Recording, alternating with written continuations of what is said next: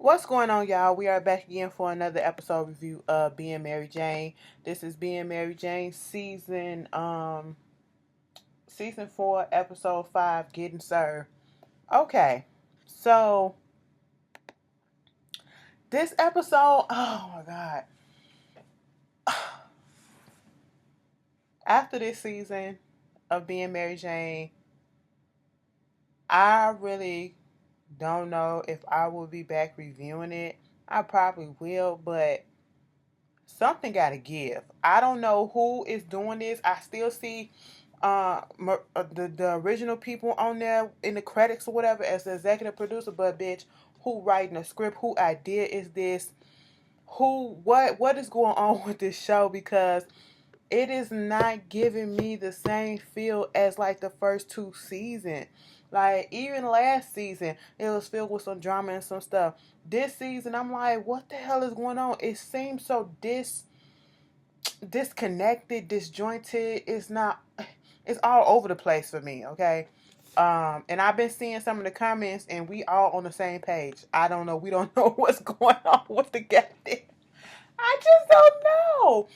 Like Mary Jane, you about to be 40 years old if you're not 40 and you still ain't got your life figured out. And I understand it takes time and you can't really put a time limit on it, but you really cannot see that some of the stuff that you're doing in your life is the same thing and the reason why you're not getting where you at because you keep doing the same dumb shit. How about you just go ahead and start something new? How about you, do the opposite of what you were doing, okay? Like, get out of that fucking mold or bubble that you got yourself in.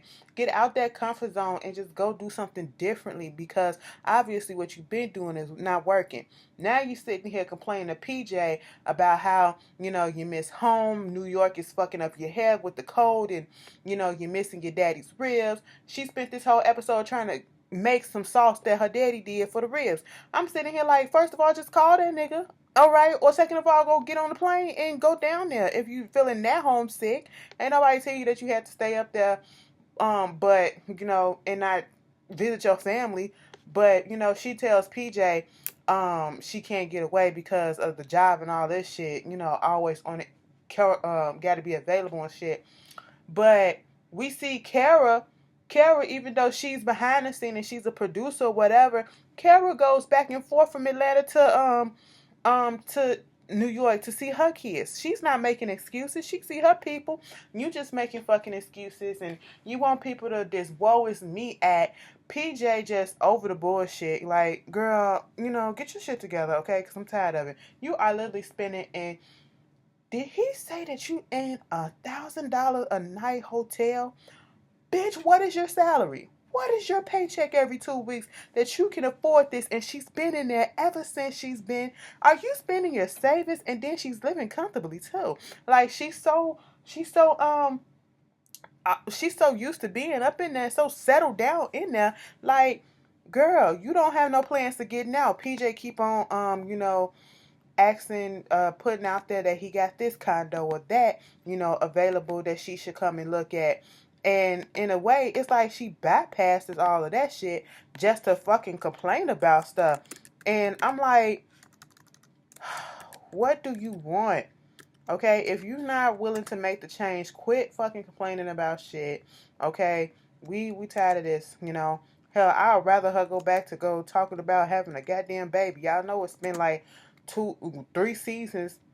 The first 2.5 seasons really talking about that. Her crying about not having a baby and all that stuff. And girl, you bring this shit on your own self, okay? Then, let me get, cause I'm gonna leave Niecy ass to the end because she pissed me off. But this episode kind of pissed me off because it was dumb to me. It was dumb because it is real. Okay? That's why. And I can't stand seeing what I saw in both these characters, in both these segments, well, all three of these segments that happened. But I really cannot stand the Niecy stuff because that shit is real as shit. Because I have family members who do shit like that. Okay? And then the grandmother trying to get her little granddaughter Deja into the Jack and Jane. They call it Jack and Jane. If you go back and look it up, it's actually Jack and Jill. And the Jack and Jill organizations and stuff, they popped up back in the day. It was like, as you would say, the affluent blacks, the wealthy blacks, the bougie blacks, or whatever you want to call them, the one who had money. Some of them look, I'm not going to put them in a corner, box them up in a category and say that all of them are bougie. All of them look their nose down on people or other blacks and things of that such, but some of them do. Okay, and that's why I can never really get with them. And they started, right around the time where the Divine Nine, the fraternities and the sororities for African Americans popped up.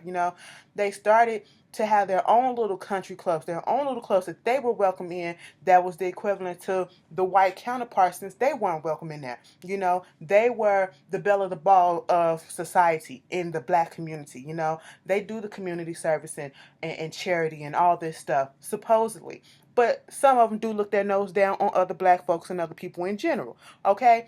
And that's what they show in this episode. And if you know me, you know I cannot fucking stand a bougie, fake ass black bitch that do that shit. Either the ones that either came from humble, low beginnings, meaning like from the hood, or that had some fucked up shit happen in their life, and then they got out that situation, made it better for themselves, and then they grew, have their families, and then they teaching their families this, and then they looking down on other black folks that come from the same situation that they're at or in, and looking down on them. Or you have the ones that were literally born into the stuff and they still look their nose down. I can't stand that shit. I cannot stand that shit, because you're not trying to understand your fellow man. It's that classism and elitism that I just can't get with, okay? And that's exactly what they were showing up in this episode when she was trying to get her little granddaughter in because of the shit that happened with Niecy. Them little girls, she told her to go over there and talk to the little girls. She was like, Deja, are you like Niecy Patterson's sister? Yes, I am. And Deja didn't know what the fuck was going on.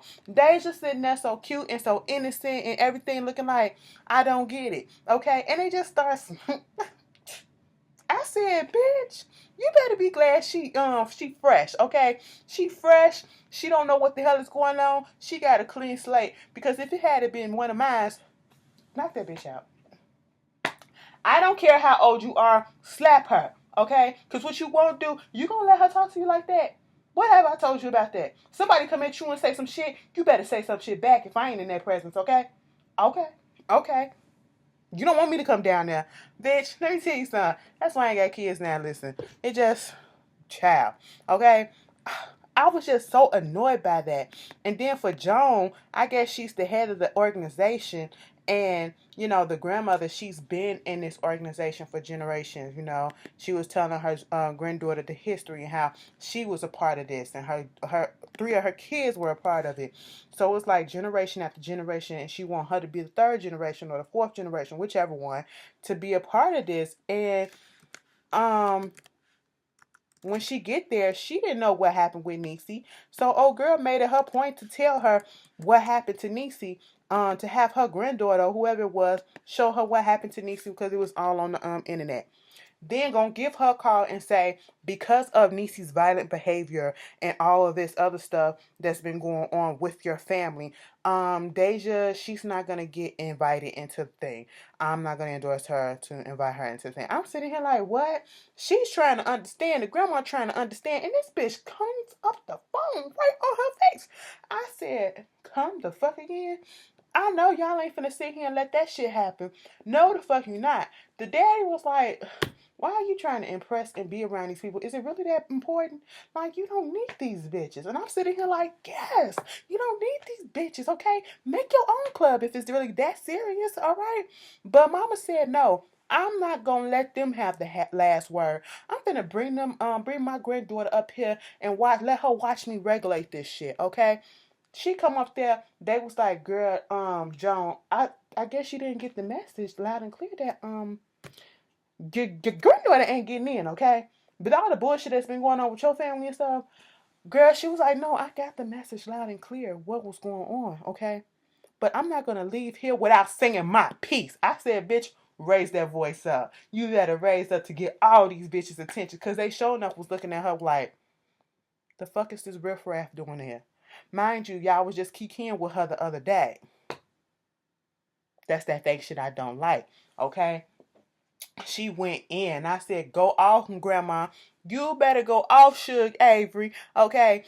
She was like, so, all this time, everybody here, y'all supposed to be my friend. This is supposed to be a community where we supposed to uplift our own. And never in my life that I think that this community that we have, this organization that we have, will be here and be full of judgment and all the nasty things that you say behind the backs about me, about my family. You all know the stuff that's been going on. And instead of reaching out and trying to help and see are you okay and uplift one another, you're talking down, you're judging and all this shit. And as if none of everybody else got some shit going on in their family.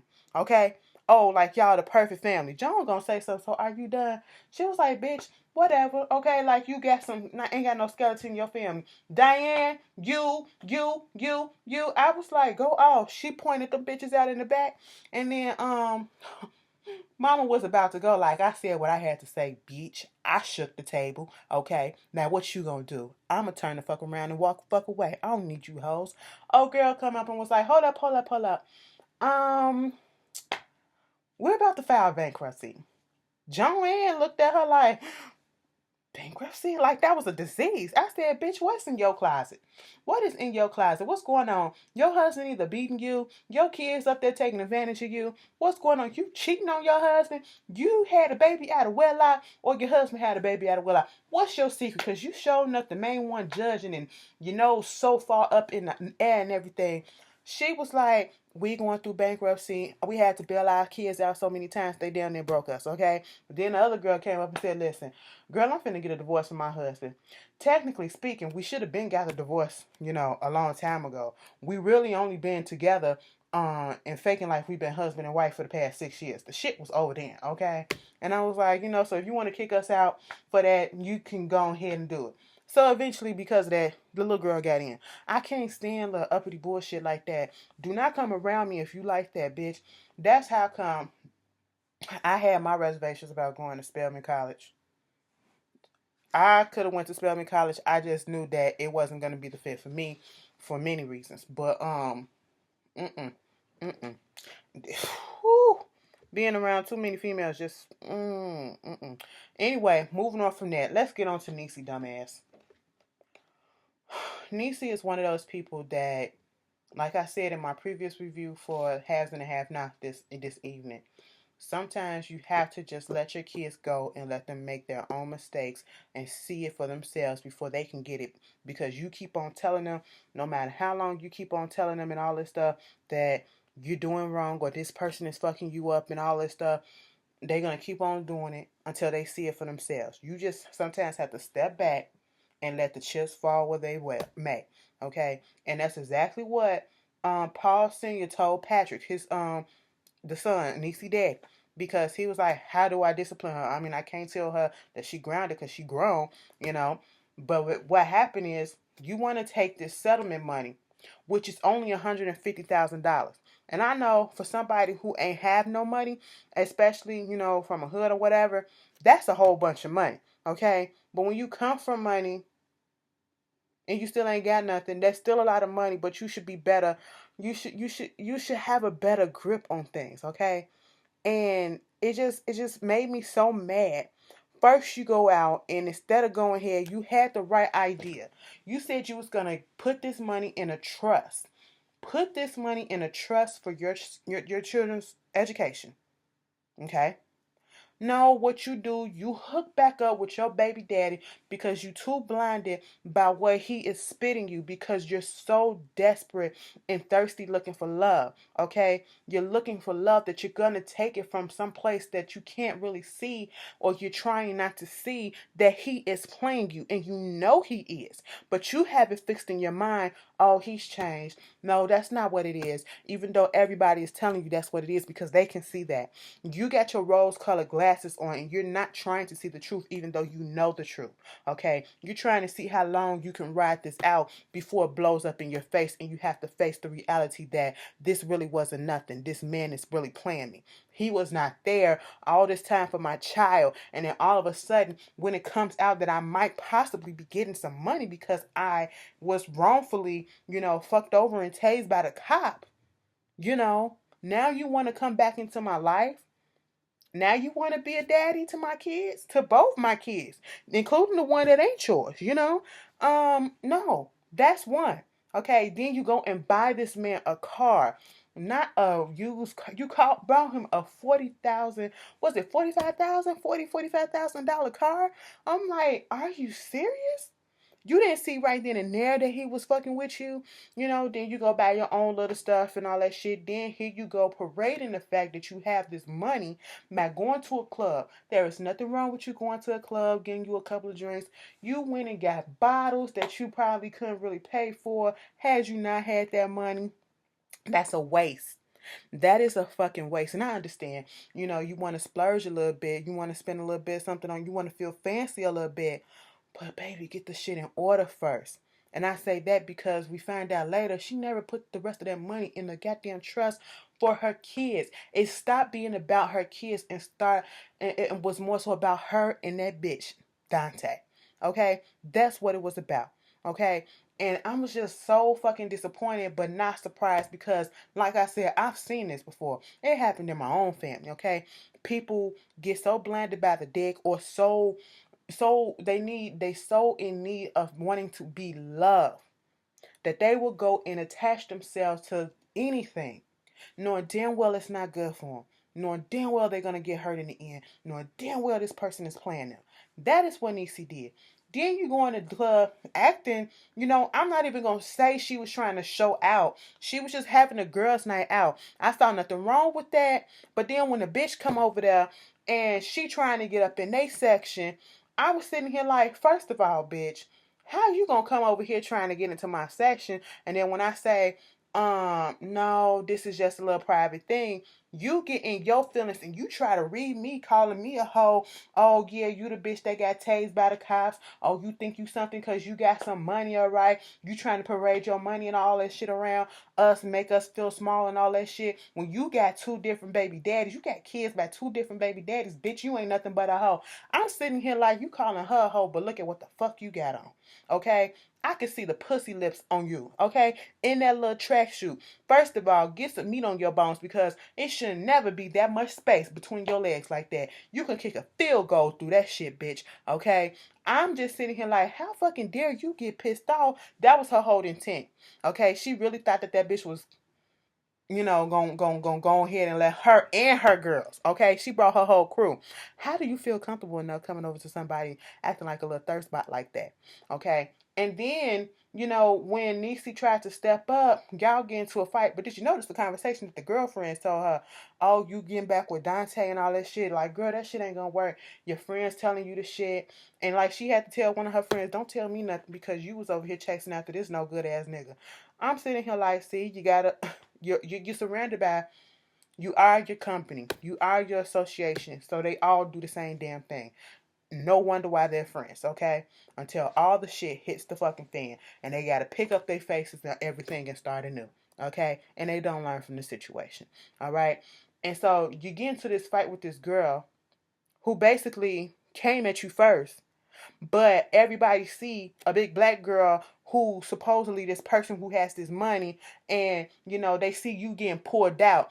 I didn't feel that was fair, okay? But that was fucked up. And then they was filming and then they was making fun of her and all this shit, but they wasn't making fun of the other girl, mostly probably because of her size and because of the fact that she had the money and all that shit, because we saw the tweets or whatever, they was talking shit about her, how she looked and all this stuff. Why they start that hashtag why she got tased and all that shit, bitch, that was fucked up. It was funny, but it was fucked up, okay? And Niecy, being immature as she is, by law, she is an adult, but she is very much immature and still a child.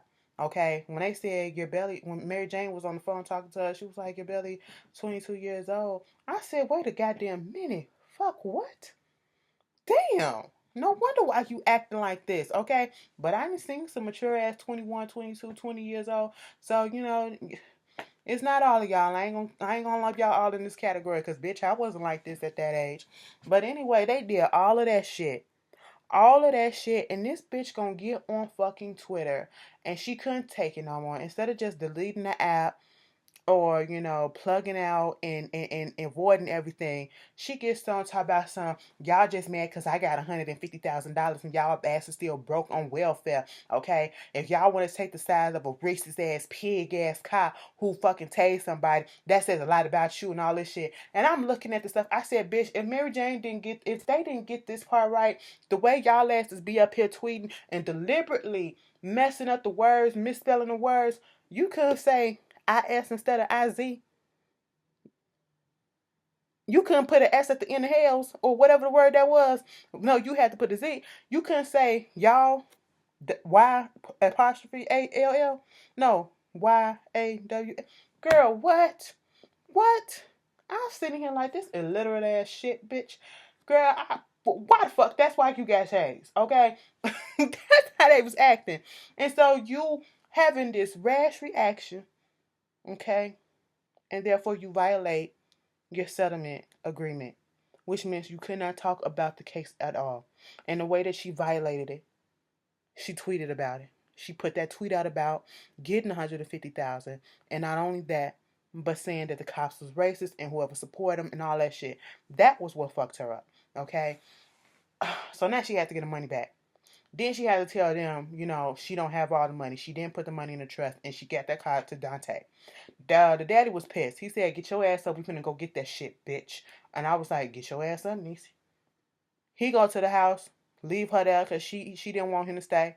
She trying to get Dante. Dante is not there. But then the car pulls up and it's another chick up in the car. Bitch, it's his other baby mama. I said, how many fucking baby mamas he got? He like black girls, okay? But I understand too, but goddamn, how many you got? Okay. And then so at first they was about to get into it, but then they had a civilized conversation. I said, you know what? Yandy Sam and Erica need to sit here and look at this shit, cause look how they solved this shit, bitch. They know they baby daddy ain't shit. She was like, bitch, you can have him. I don't know. I ain't even know he was fucking with you like that, bitch. You can have his ass because I don't want him. She was like, girl, no, I don't want him. And then she started having a heart-to-heart conversation about the struggles that she be having. Yeah, you got people to help you, but I ain't got nobody to help me. And I know Dante ain't shit. Ain't no telling when I'm going to fucking see that nigga. But you be laying up with him, so, damn. All that stuff. She offered to have play dates with the kids since the kids are siblings. Then we get this other scene where the little boy, he asking about Dante, is that little boy his brother and all this stuff, and why his daddy don't come around. And she was like, he's busy at his new job and his fiance, but he do send money. They don't give a damn about the money. He wants him to be physically there. She could have left the money part out. So she's in her feelings. And then at the end of the episode, when Dante gonna text her and say that he at the corner, come out here, you making me look stupid, hurry up. Daddy said go with your gut. He had the nerve to get in his feelings and get upset about what was going on, and the fact that she was taking the car back. He said, what the fuck you doing? That's my car. She said, no, bitch, the car that I brought. Look, the money is gone. What you mean the money is gone? And that told her right in there, she got it right in there. He was only there for the fucking money. I said, bitch, we could have told you that. Hindsight is 2020. But when you searching for something so much, sometimes when you're desperate, not necessarily desperation, but when you just so much want to be loved, whatever some people will put up with anything, no matter what. That's how it is. Like when people who stay in abusive relationships and stuff, it's terrible. But eh, that was the episode. Y'all tell me how y'all feel about it. I'll see y'all later. That shit made me mad. I just don't know.